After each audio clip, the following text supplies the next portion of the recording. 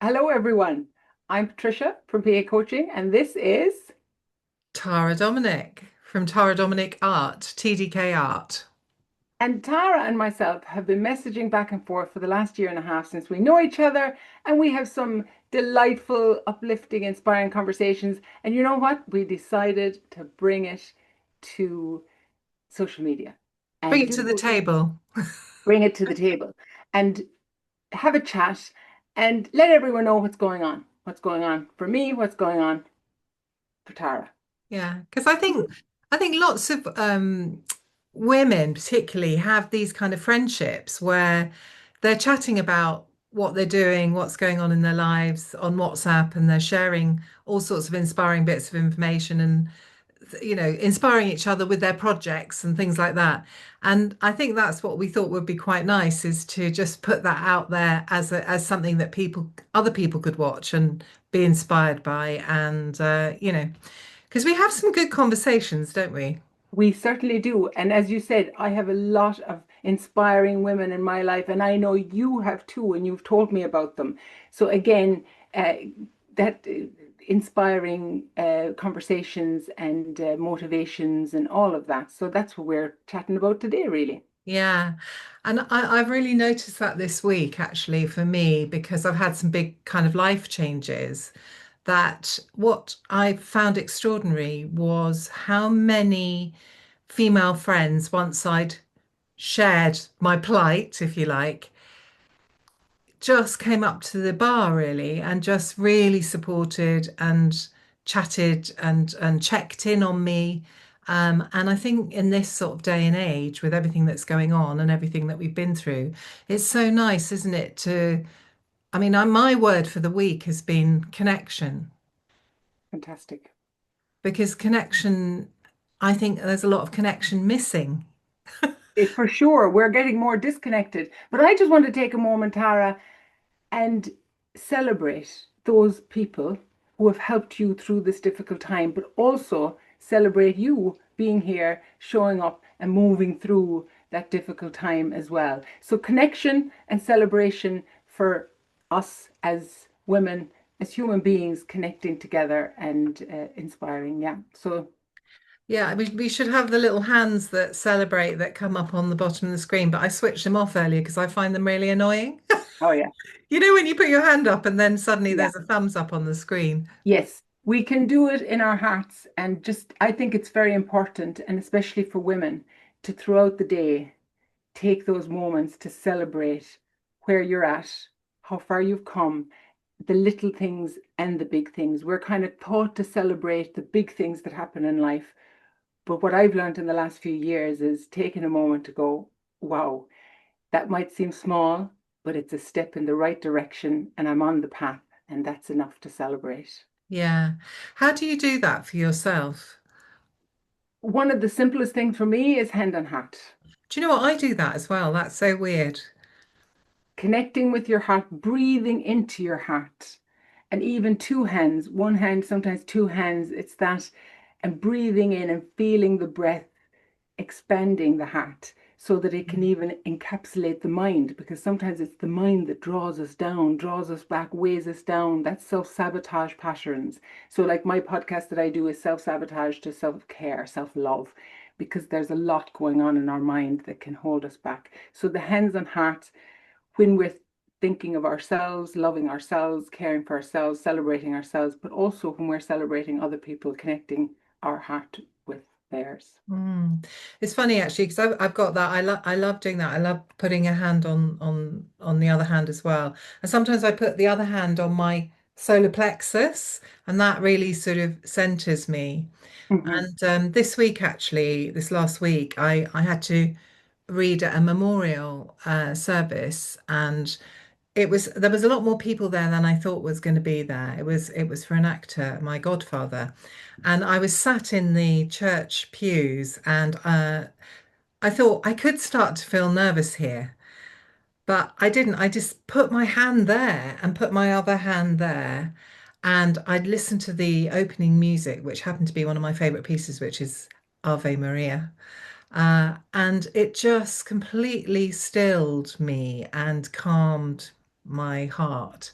so that I was able to stand up and read this poem without sort of stuttering or, when the voice quivers.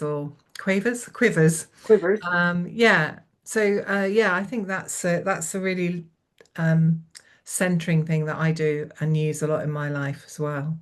Um, I think yeah. that's a lovely nugget there to share because we all get nervous. We all have times, not even on stage or in the pulpit or in the church, when we're talking to people, that's centering first. And we can do it when we're in front of the person. And that's what mental fitness and I do PQ is all about. It's that mindfulness element of being present and concentrating one of our five senses on something in the present moment.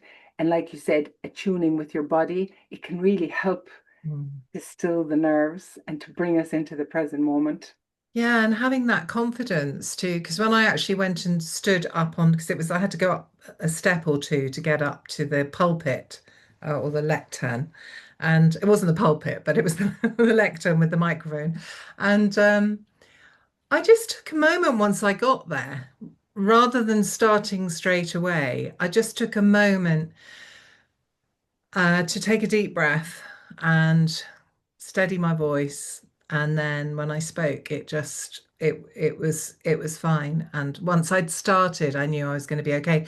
But very often, I think, and one of the things that I do when I teach presentation skills, as you know, sometimes, and very often people almost start before they even get themselves centered in the center stage. I always say, like, take center stage, and that taking that center stage can be about just standing there and taking a moment and being confident enough to stand with a pause with a whole load of faces looking at you before you start. But I think in a way it puts the audience at ease as well. I totally agree. And the interesting thing that happened between our conversations recently is I started getting to know more about you. And you remember Yeah. I sent that voice message going, oh God, you have so many strings to your bow.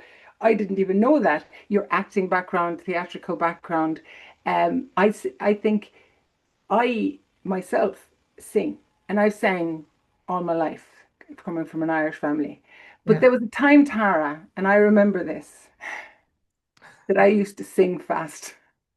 But that's because I was so nervous. Like you said, somebody going up and they start before they've grounded themselves, centered themselves, Yeah. because they wanted to be over. And it's Yeah. so sad when I look back. So people used to say you didn't look nervous, but there was that urgency to the stress in my body was too much for me that I was able to hide on the outside. It was inside. And now, thankfully, I've overcome all that. And Yeah. I love that power of the pause. And in speaking now, standing there and taking those few seconds to go, I'm here, I own this space, I'm standing in my power, I'm here for the audience. And Mm. as you said, and it's so true, the audience relaxes too in that moment. Mm. Actually, now we're thinking about it, I realize that that is actually what you did when you read your poem at the Power of One painting exhibition, which is the Kakuma Art Project. Um, uh, you actually stood in that space and took a moment. You connected to the artists and in the exhibition, the refugee artists in the exhibition, and then you started your poem, and it was so powerful because of that. We have to sort of take our significant moments, I think, in life, and And that, it's also back to that celebrating. Like I yeah, have been come a long way in my journey. And even though people say you didn't look nervous, I could handle it, but I wasn't inside. I was inside. yes, yeah, Even though physically you can manage somehow to to not show them to the external world, they're still living inside of you. So that is lovely. And thank you for reminding me of that. That precious moment of celebrating. I was so happy to, I mean, the Kakuma Art Project is so close to my heart since I've met you. And we'll mm, talk about that at some point. But that Salisbury exhibition was such a significant moment and a beautiful moment because the poetic story I wrote on the Artathon, which you set up for fundraising, it's I wanted to give it everything. So taking those few seconds at the beginning and celebrating being there. in front of all these beautiful people who are also there Yeah. for a common goal. And so thank you for reminding me that. That makes me feel like I'm moving and I'm in the right direction. And Yeah. so somebody noticed that A little, grounding before little, we. little celebration, little celebration. Funnily enough, I set the alarm because we thought, well, we're going to do it for 10 minutes and no longer. But didn't that just feel like we'd just been speaking for about 3 minutes? That's what happens when we get together, Tara. I know. So before we finish up this Yeah. one, this is something we've thought about bringing out. We'll see how it goes. But I want to share the fact that I only met you a short time ago in grand scheme of things in May 2024 because I was working on trying to get my Mindful Poetic Stories podcast out, and I joined Karen Roberts does podcast Profits Unleashed. She was doing a 4 hour workshop, and that's where I met you on that workshop. Now, I'm glad to say that my podcast launched in January 25, 7, 8 months later. But meeting you was a significant moment for me because it clicked straight away with another lady there, Jude. Hello, Jude. And then I heard about the Kakuma Art Project and the work you were doing. And I was blown away. I was inspired. And the journey since has been beautiful. So I want to thank you for that and for creating that boat, painting that boat. I bought one of the prints. I have Oh, it as wait well a in my hallway. And that started helping the refugees in Kakuma refugee camp to have workshops to be provided with materials that the kindness of the fundraisers gave the money towards. And it's growing and growing. And it's beautiful to be part of. And we'll talk more about that in the Yeah, coming. But yeah. There's two things just to say to that was uh yeah, is to we all connected on that. It was a 4 hour workshop, so we had time to hear each other speak and give questions and respond to what Karen was teaching us. And I think in those kind of events, that's when we really start to see people, hear people, and realize, collaborative minds or people who are on the same wavelength as you or trying to do the same thing. So, congratulations on the amazing amount of work and input you have put into your Poetic Stories podcast. And I listen to them and I find them really, really helpful. thank you. But not just helpful, they're really inspiring. They just, and if you want to hear Patricia sing, she sings at the beginning and her voice is like an angel. I actually thought, oh, she's going to have to do something with copyright with that, whoever that singer is. And she said, no, it's me. And it was just, oh, God, well, that's amazing. It's beautiful, beautiful singing.